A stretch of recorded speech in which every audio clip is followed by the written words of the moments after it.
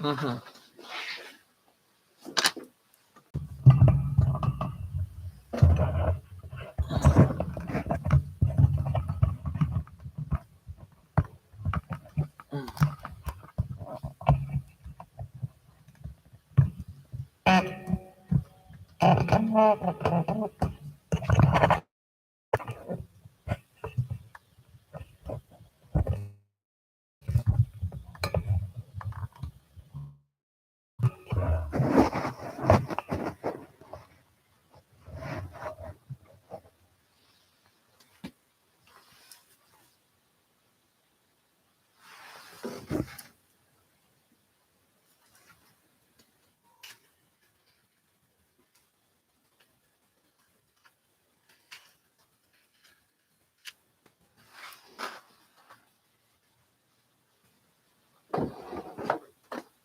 Hello, everybody. I'm back. I must have hit something. If I jostle the cord too much, it can act up. So, all right, let me just try taping this out of the way. All right. Hi, Lisa. Hi, Laura. Hi, Jody. Okay. So we were talking about how do we first make a simple half square triangle. Now I'm wondering who was the one that wanted to be able to see this. Half square triangles can be pretty straightforward. They're kind of finicky, but they're not hard to do. Now this, I like to look and see which side of the fabric is the prettiest side, because I think there's a difference. This is my pretty side. Then I also think that there's a right and wrong side. Not really right and wrong, but a better. And what I do is I will look in the batiks, but I look at the design, I flip it over, and I look to see if this is as sharp as this side. And it isn't. See this design right there? Now, if I flip it over, it's not quite as sharp. So hi, Betty. So I'm going to put this. This is going to be my right side of this. This is my right side of that. Okay. Now, if you want to draw a line, that is absolutely fine. You do that. So what I'm going to do now, let me see if I can get this camera turned. Let me loosen it, turn it. Okay. Whoops. Come on, new arm.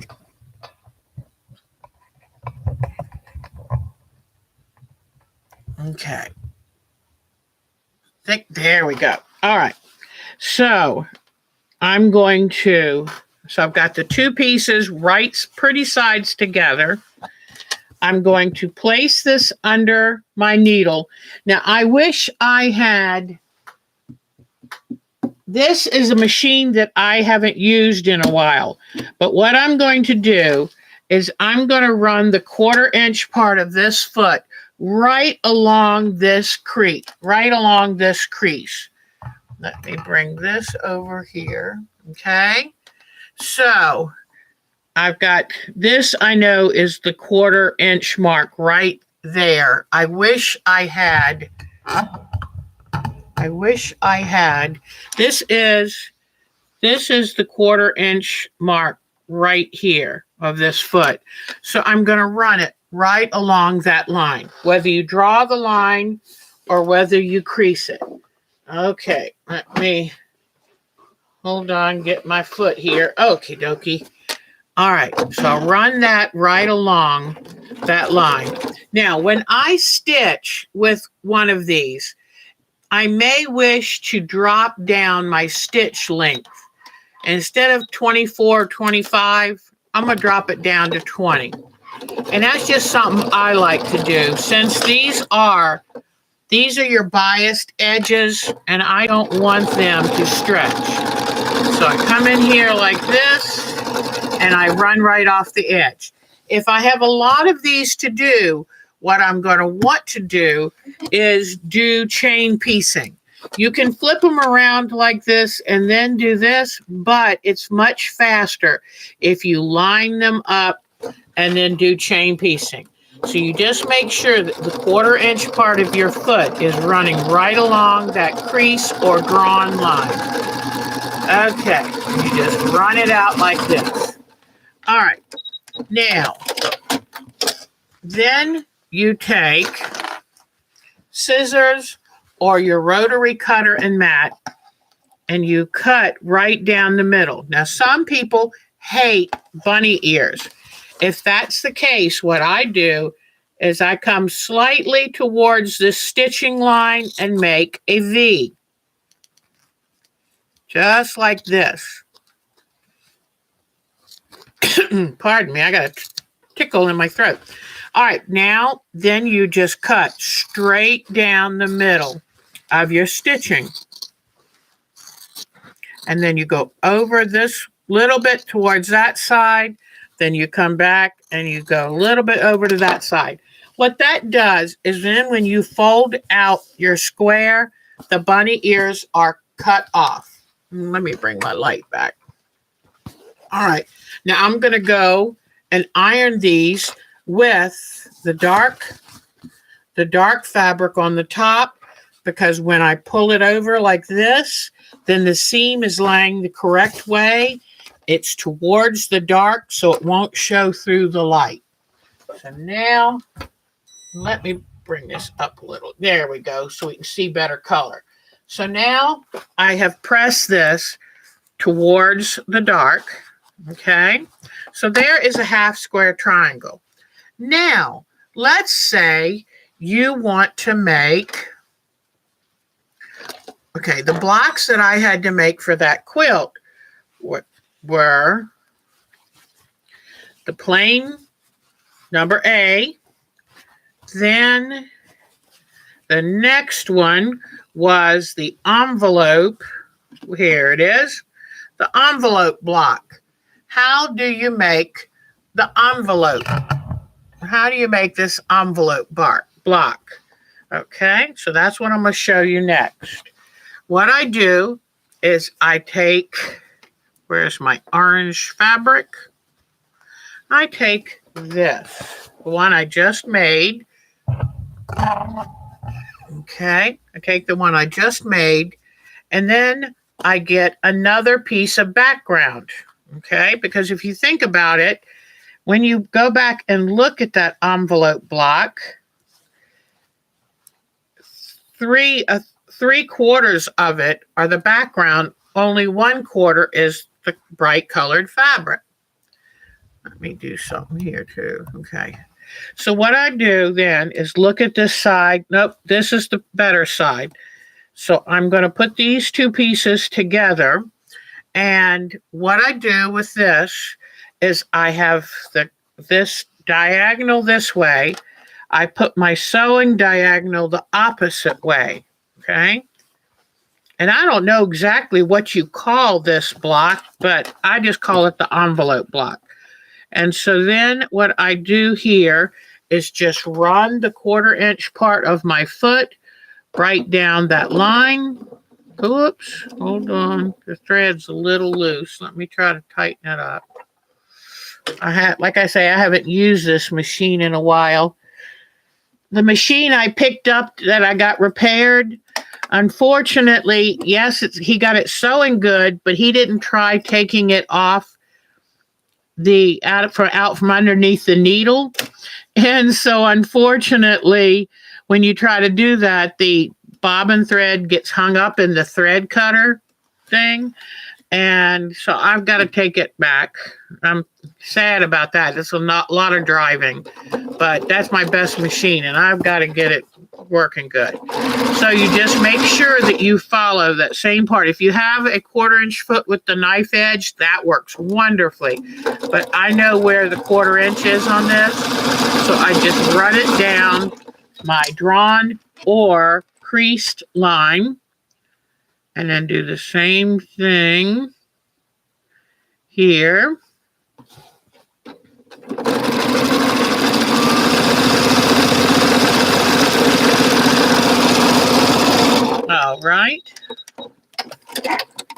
And then you just cut it. You cut it down the middle.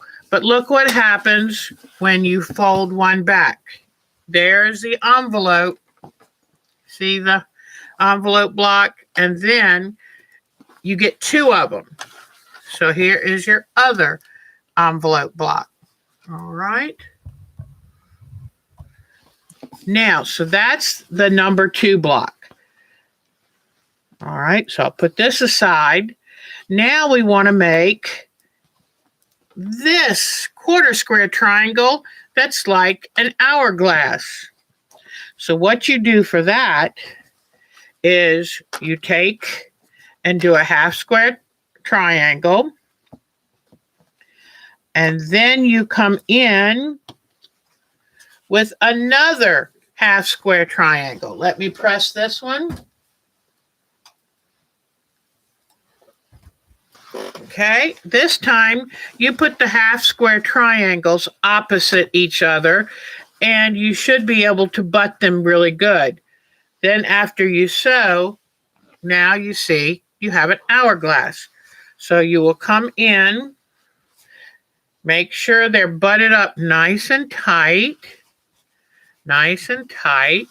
Then I come over here and I'm going to crease it in half. Now, if you think the creasing for some people is not as accurate unless you know, make sure that you're really creasing it in the right place. So you could always draw your line on one of these. But here's my crease from point to point. I'm going to come in here and sew all the way down that crease. Then I'm going to flip it around. But in class, it really works better to sew these in a very long chain piecing. All right, so now there's this one. Now we'll fold it back and see if we made the hourglass. There, whoops, let me come back up. There is our hourglass block. And the same when you fold it back this way. So you get 2. Every time you do this sewing, you get 2. So I love that. So now the other one, because you won't often see a pattern that calls for these. So it's like, what in the world? How do you do that? What you do is you take one of these and hold on. I hope I have. I was wondering if I would have enough.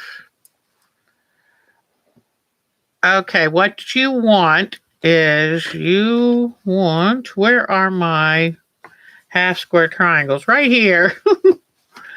All right, I'm going to have to make one. So just give me a second here. So this one has 2 of the colors on it, okay? 2 of the colors. Then I take a background and put it with the color right here.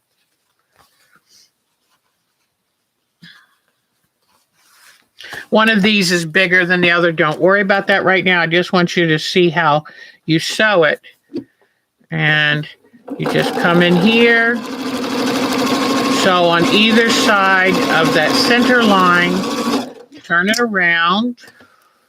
So the other side, everything you do is sewing down too.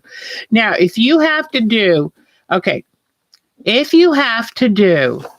lot of half square triangles and they're, what do you call them? If you do a lot of half square triangles that are scrappy, then you have to do them one at a time. But if you're doing a whole lot of half square triangles out of the same fabrics, you can make a bigger patch and make 8 at a time. So next week, maybe I can show you that. So pretend this is all trimmed and you've got half background and half color.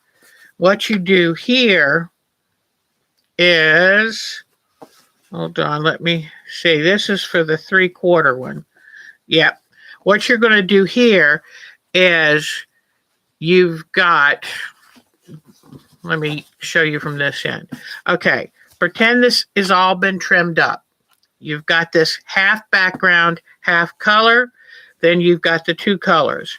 You lay them, and I'm going to lay them this way. You lay them so that they're going the same direction.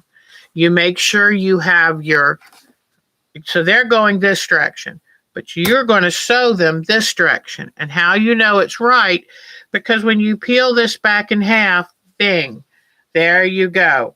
You've got one background and three colors. So it's kind of the reverse of the envelope block. Now, if you're going to do the final block, okay, we've done this. Here is the final block. It's all 4 colored fabrics. What you would do is you would get 2 pieces. Boy, I've sewn them all up pretty fast. You would get 2 pieces. Pretend that this is half orange and half purple. And then you'd put it together with this one. Let me see if I can do this correct. And so you put these together. Now pretend this is not background. This is purple. This is the orange and purple. Okay? And you're going to stitch down this way. When you do your 2 stitching and cut them apart, look what you're going to end up with. Whoops, let me move these so it's more clear. When you pull this back, look what you end up with. There is your quarter square triangle with all colors. Okay? Huh. Interesting. Yeah, it does.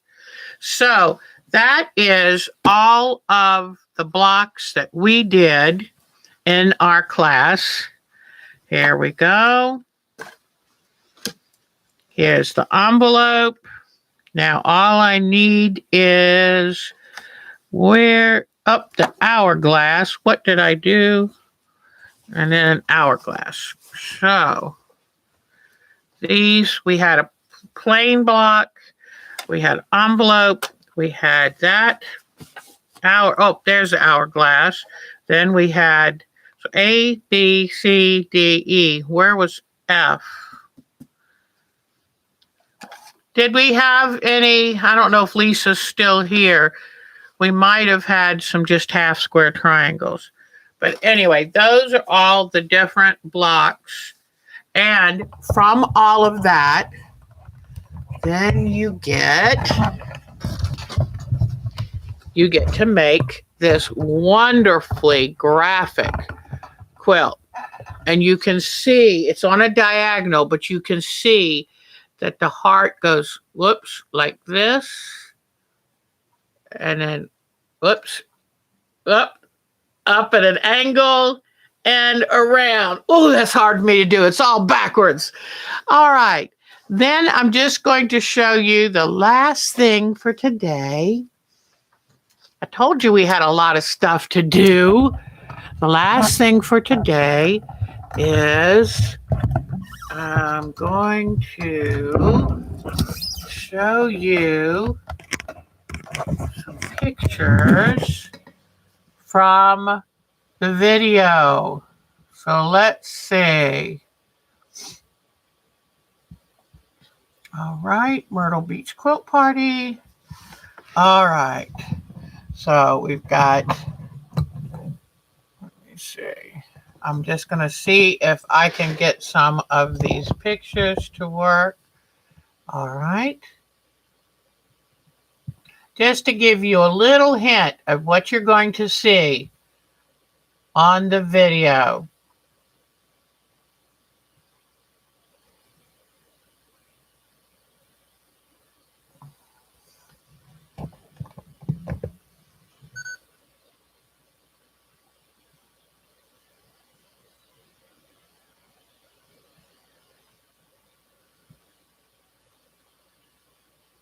Okay.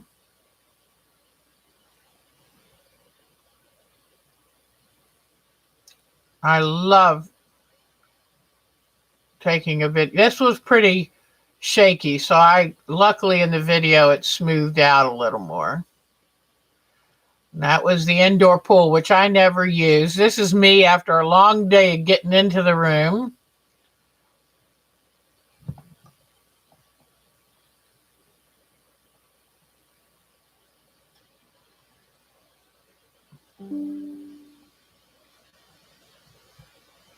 All right. So I'll have beach scenes, and you can actually will be able to hear the waves. And this is part of our teacher show and tell from Miss Judy Lilly. She's such a treasure. This is Susan Edmondson and her work. So these were teacher show and tells. This was a class that was going on beside me. Really cute. Look at these. Oh my goodness. I've also promised never to do a feathered star. That's Edita Sitar's Alaska quilt. Up, me at class. Then here I have some class video. And Lisa was sitting right here. Okay. And then teacher would call people up and show them a certain skill. So there is part of that class. That's sideways. That's not easy to watch. Okay, here is my sewing machine with all of my pressed pieces. Look at this. It looks like a rainbow exploded. One night I said, I took stuff to eat, but I called in the delivery. And boy, was that the best pizza of all. And here's the quilt. The quilt teacher's quilt finished. I went around the classroom and got pictures of people's colorways because I find that so fascinating to see. What did they choose? One woman did all K-facet fabrics. But as you can see, people were very meticulous with marking things and keeping things straight. Look at all this. There was a lot of very good activity going on in that class. Now this woman, the reason some of hers, some people did all of their cuts using one of the Cricut machines. And so they had a whole bunch of triangles to put together. And look at this with the hydrangeas. Isn't that lovely? I would love to see what these look like now. But this is walking around the room, getting an idea of everyone's quilts. Oop, little blurry. And here's our teacher, Debbie. And in fact, this is Lisa right here. There's Miss Lisa. All right. Isn't that good? All right. And me and Pat.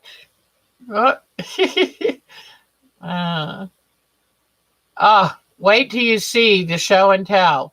We've got a major. Remember when I did my quilt at that show? Look at this one. Isn't this something? So that's just to give you a little tease of what's going to be in the video. And hold on. Okay.